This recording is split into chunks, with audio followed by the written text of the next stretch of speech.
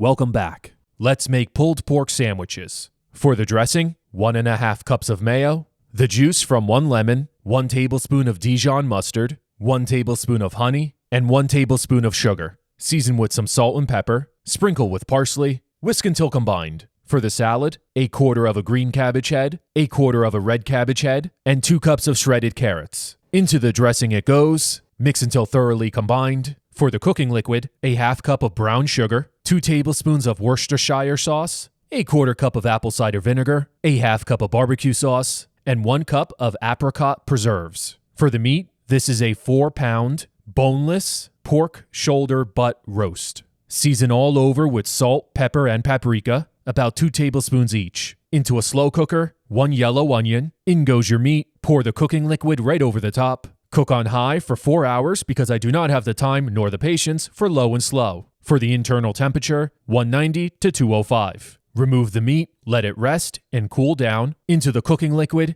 a cornstarch slurry. Cook on high for 30 minutes. Then add your shredded meat into the cooking liquid, onto a toasted roll, a nice big pile of the meat, coleslaw right on top of that. Crown your sandwich, and once more, pulled pork, coleslaw, top it off, and there we have it, pulled pork sandwiches. That's it for today, guys. Drop a like and a comment below. Subscribe if you're new. I'll see you next time.